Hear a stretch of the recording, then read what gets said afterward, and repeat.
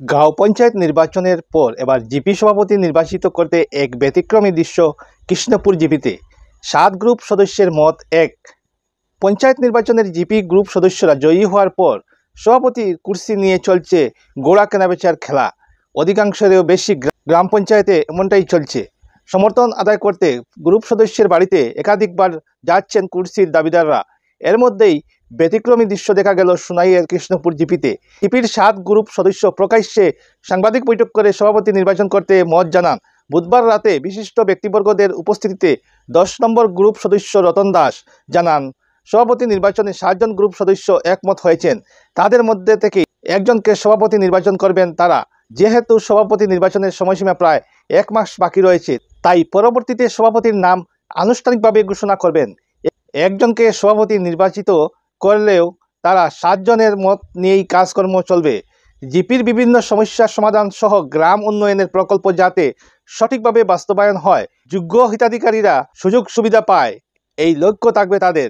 এদিকে সাংবাদিক সম্মেলনে উপস্থিত স্থানীয় বিশিষ্ট ফয়সাল আহমেদ মজুমদার 7 জন গ্রুপ সদস্য একমত হওয়ায় খুশি ব্যক্ত করেন। গ্রামবাসীদের তরফে তাদেরকে সমর্থন করে তারা যোগ্য একজনকে সভাপতি নির্বাচিত করবেন এবং তাদের নেতৃত্বে জিপির উন্নয়নে ত্বরান্বিত হবে বলে আশা প্রকাশ করেন তিনি। হয়েছে না ওটাও আর কি যে আমরা এই 7 জনের মধ্যে একজনের প্রতিনিধি বানাইমো আমরা। আর বিশেষ করিয়া মাননীয় মুখ্যমন্ত্রীর কথা মাথায় রাখি আমরা একটা সিদ্ধান্ত নিয়েছি, যেহেতু নির্দল বডির থেকে আমরা মুখ্যমন্ত্রী হয়েছেন, আসামের মাননীয় মুখ্যমন্ত্রী তার নির্দেশ অনুযায়ী আর কি যে একবার নির্দল হইতো পুরা বডিটা, তাই আমরা নির্দলের মধ্যেই সব আইছি। কিন্তু এতে যে আমরা বিভিন্ন যারা কেউ কংগ্রেস করে, কেউ ইউডিএফ করে, কেউ বিজেপি করে, কিন্তু এবার নির্দল দিয়ে খেলিয়ে আমরা সব এক হয়েছি। হয়ে আমরা একটা বডি বানাইছি যাতে জিপিটারে সুন্দরভাবে আমরা কাজ করতে পারি। এই সিদ্ধান্ত নেওয়ার সবথেকে বিশেষ করে একটা সবাই শুনলে খুশি হইবা, পুরো আমার জিপির মানুষও খুশি হইবা, কারণ এবার পুরা ইয়ং জেনারেশন আমরা পুরা টিম। আমরার মধ্যে কেউ বেশি বয়স্ক নাই, আমরা সব ইয়ং জেনারেশন।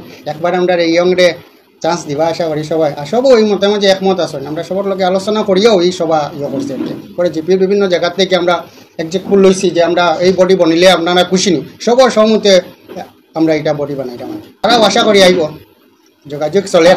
বিভিন্ন ধরনের প্রেশারাইজের কারণে তারা হয়তো সামনে আন না, কিন্তু আশাবাদী তারাও আইব, কারণ জিপি উন্নতি করতে হইলে আমার 10 মেম্বারও দরকার।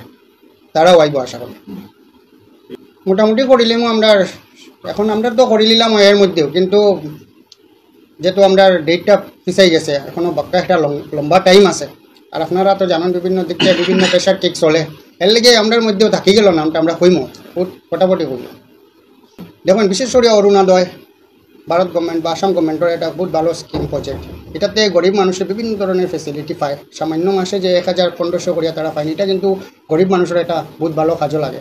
আর এটা নিয়ে বিভিন্ন ধরনের দুর্নীতি চলে। আমরা এটা বিনা পয়সা বিনা টাকা 1 টাকাও কারোর কাছে না লই আমরা ঘরে ঘরে যোগ্য মানুষ দেখিয়া অরুণোদয় দেওয়া, এটা আমরা প্রথম কাজ।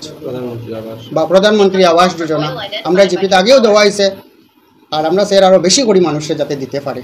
বা রাস্তাঘাট জলের একটা বিশেষ সমস্যা আছে, এটা নিয়েও আমরা চিন্তাধারা করি। আর কীরকম ঘরে ঘরে জল, ঘরে ঘরে নল, প্রধানমন্ত্রীর একটা আশা, এটা আমরা যাতে সুন্দরভাবে সবার ঘরে পৌঁছাইতে পারি, এটা আমরা মাথার কাছে। এরকম তো দুর্নীতি হয়েছে গ্রাম বহুত ধরনের হয়, এর লেগেই তো আমরা এবার নতুন ফেস। আমরা এখানে যারা আইছি সব নতুন, আমরা রাজনীতির মাঝে একদম নতুন, আর পুরানো মানুষ কেউ নাই।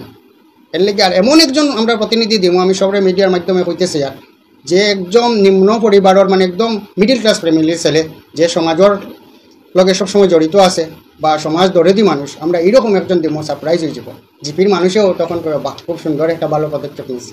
কোনো ধরনের পলিটিক্যাল ব্যাকগ্রাউন্ড ছাড়া একজন মানুষ একদম মানে মিডিল ক্লাস ফ্যামিলির ছেলে হইল।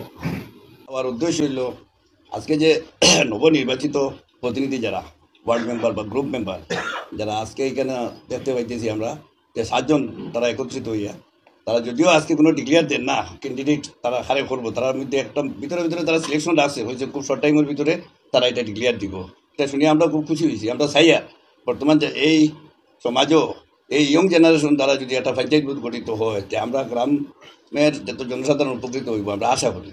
যার লাগে আমরা সবে মিডিয়া গ্রামবাসী সবাই ওদের প্রতি আমাদের পুরা পূর্ণ সমর্থন আছে। সংবাদ এখনকার মতো এখানে নিয়ে আসছি, পরবর্তী আপডেট সঙ্গে থাকুন আমাদের সাথে।